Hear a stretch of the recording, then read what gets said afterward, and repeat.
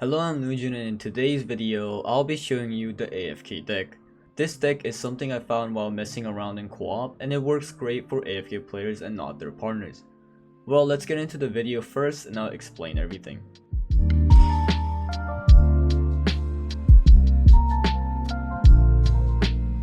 Do you have a lot of work to do?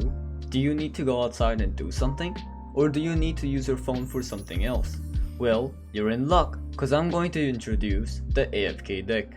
What is an AFK deck? Just to be on the same page as everyone, AFK is a short version of away from keyboard, meaning you are absolutely doing nothing. So, AFK deck means a deck that you pretty much don't need to do anything. This deck's main win condition die is gear. You might be wondering, why gear though?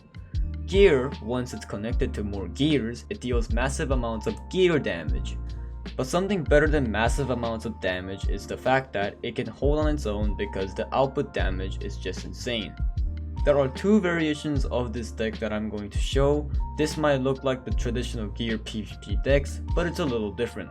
Let's go to the explanation phase.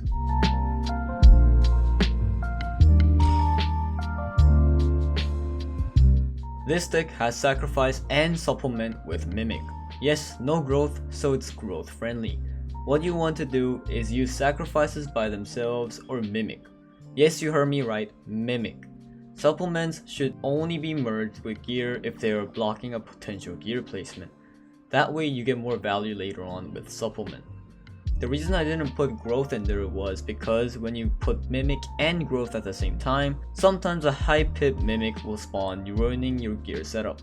To prevent this and mimic being very valuable, I completely removed growth from the deck. It still works as a charm. One thing to remember is that this deck doesn't go for high pips. As long as you have those gears connected all over the field, you are good to go. The maximum pip is only around 3.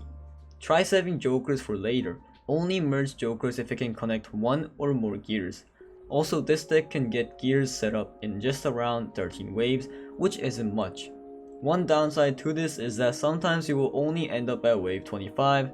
This is due to gear not being able to deal enough damage to the mobs and the mini boss on wave 25. This is where the second version comes in.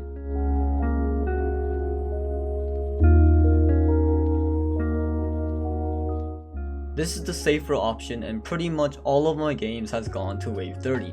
Basically, by having growth plus crit, it deals tremendous amounts of damage where it will just sorta kill the mini boss in wave 25 on its own. If you really need that 30, definitely would recommend this deck. You would always want to leave out one joker for a future summoner. The average wave that this deck was able to set up its gear formation was around 14. Still better than playing a real game.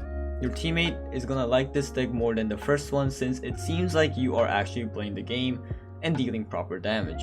Oh, by the way, don't forget to upgrade gears and then leave. Don't worry on powering up crit because it's only a plus 5% difference.